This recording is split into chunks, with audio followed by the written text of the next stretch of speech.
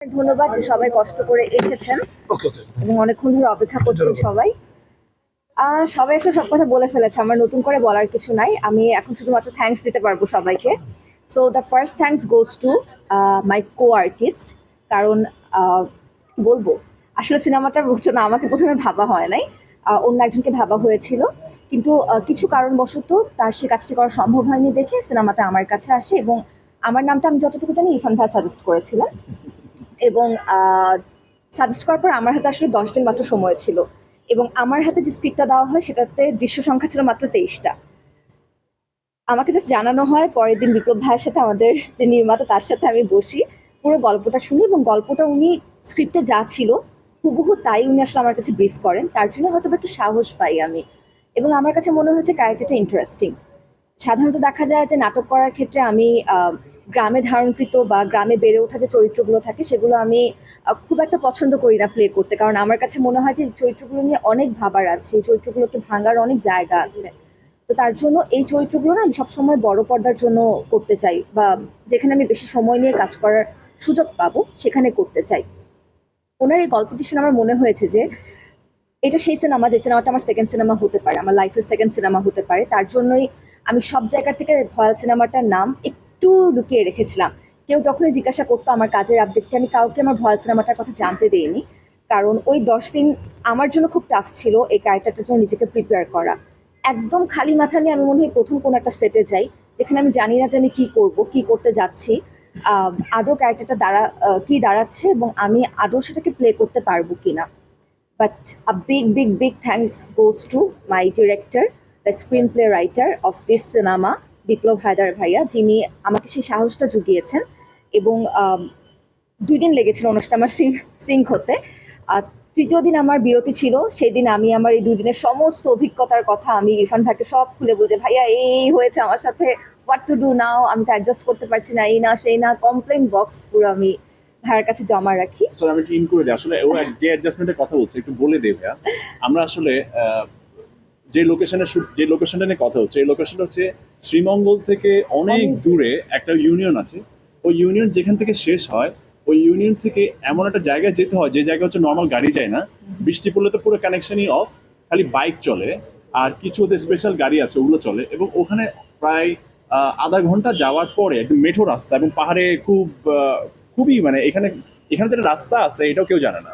তো এরকম অনেকটুকু পথ যাওয়ার পরে হঠাৎ একটা পুঞ্জি, এবং পুঞ্জিটা হচ্ছে পুরো পাহাড়ের উপরে, এটা হচ্ছে খাসিয়াদের পুঞ্জি। অদ্ভুত একটা জায়গা, মানে ওখানে কারেন্ট নাই, কিছু নাই, নেটওয়ার্ক নাই, কিছু নাই, বাট মানুষগুলো খুব স্মার্ট, দেখতে অদ্ভুত রকম সুন্দর এবং খুবই ভালো মানুষ। ওই পুঞ্জিতে শুট করা, ওই পুঞ্জিতে কেউ একজন গেলে that means is out of network.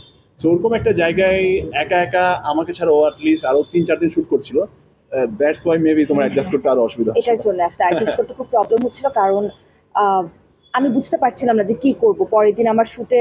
মানে আমার কাছে তো 23টার বেশি আর স্ক্রিন প্লে নেই, সো আমি কি করব এখানে। যদিও বারবার আমাকে বিপ্লব ভাই বলছিলেন যে আয়শা তুই আমার উপর ভরসা রাখ, আমি জানি আমি কি বানাচ্ছি। সো এই ভরসা রাখার জায়গাটা আসলে ওনার সাথে আমার তৃতীয় দিন থেকে শুরু হয়, and from the 4th day we just broom. আমি জানি না কিভাবে কি হয়ে গেছে, বাট এভরি টাইম আমাদের সিন সুন্দরভাবে নেমে যাচ্ছিল, এভরি টাইম আমাদের খুব কমিউনিকেশন খুব ভালো হচ্ছিল, এভরি টাইম ভাইয়া দেখে বলছিলেন যে তুই ভালো করছিস। So that was inspiration for me. আর পুরোটা টাইম হয়তো বা আমি আরাম করে থাকতে পারতাম না যদি আমার রুমমেট হিসেবে আমি ছন্দাপুকে না পেতাম। এভরি টাইম সকালবেলা আমরা দুজন চুপচাপ বসে থাকতাম, কি হচ্ছে না হচ্ছে আমরা সব অবজার্ভ করতাম, কারণ সকালে আমাদের দুজনের কোনো কাজ হতো না, আমাদের কাজ শুরুই হতো আসলে দুপুর থেকে। তো তখন থেকে বেসিক্যালি আমরা এনার্জি পেতাম কাজ করার। ম্যাক ভাই যেটা বললেন যে উনি আমাকে অনেক পরিশ্রম করতে দেখেছেন, আমি আসলে জানি না ওই 13টা দিন কিভাবে আমার চোখের সামনে দিয়ে কেটে গেছে। I have no idea about it. তবে আমার কাছে মনে হয়েছে যে আমি আমার লাইফের শ্রেষ্ঠ 13টা দিন ওখানে কাটিয়েছি, কারণ কোনো ফোন নেটওয়ার্ক ছিল না, আমার কারোর সাথে বারবার কথা বলতে হচ্ছে না, যেহেতু আমি তখন রেগুলার কাজে নামিনি, তার জন্য কাজের কোনো প্রেশার নেই। অ্যান্ড আমি সবসময় আসলে এটা পছন্দ করি যে আমি একদম বাসার থেকে বাসার কারোর সাথে আমার বারবার যোগাযোগ করতে হচ্ছে না, আমার কোনো পিছু টান নেই, এরকম একটা ফিলিংসের মধ্যে থাকতে আসলে আমার সবসময় ভালো লাগে। সো এই 13টা দিন অ্যাকচুয়ালি আমি ওই ফিলিংসটার মধ্যে ছিলাম। এবং ওখানকার মানুষ, they are really really very sweet.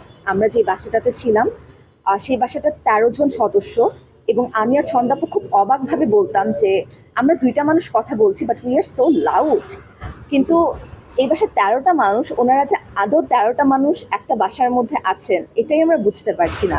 So that was the very amazing place.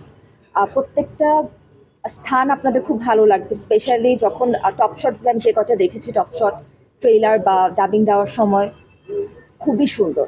লোকেশনটা আসলেই অনেক অনেক সুন্দর, একদম নতুন একটা লোকেশন আমাদের দর্শকদের জন্য। গল্প নিয়ে যদি আমি বলি তাহলে ছোট্ট করে বলতে চাই যে এটা একটা সামাজিক গল্প, এটা একটা পারিবারিক গল্প। এখানে বাবা মেয়ের একটা কনফ্লিক্টের যে ব্যাপার আছে, সেখানে মা মেয়ের খুব সুন্দর একটা সম্পর্ক আছে। আবার বাবা মায়েরও খুব কনফ্লিক্টের একটা গল্প এখানে তুলে ধরা হয়েছে। এটা একটা পরিবারের গল্প। আরেকটা পরিবারের গল্প যদি বলি, সেখানে বাবা ছেলের খুব সুন্দর বন্ডিং যেমন তুলে ধরা হয়েছে, ঠিক তেমনি ভয়ঙ্কর প্রেমের কারণে সে সম্পর্কের পরিণতি কী হয় সেটারও একটা ব্যাখ্যা দেওয়া হয়েছে। সো সব মিলিয়ে আমার কাছে মনে হয় যে আপনারা দেখে বোর্ড হবেন না, কারণ একদিকে যেমন সুইটনেস আছে, আরেকদিকে সিনেমার মধ্যে তো একটু মশলা যদি অ্যাড না করা হয় তাহলে তার সেটা হবে না, ভালো লাগবে না দেখতে। সো একটু থ্রিলিংয়ের ব্যাপারও আছে, কিছু কিছু জায়গাতে সাসপেন্স আছে।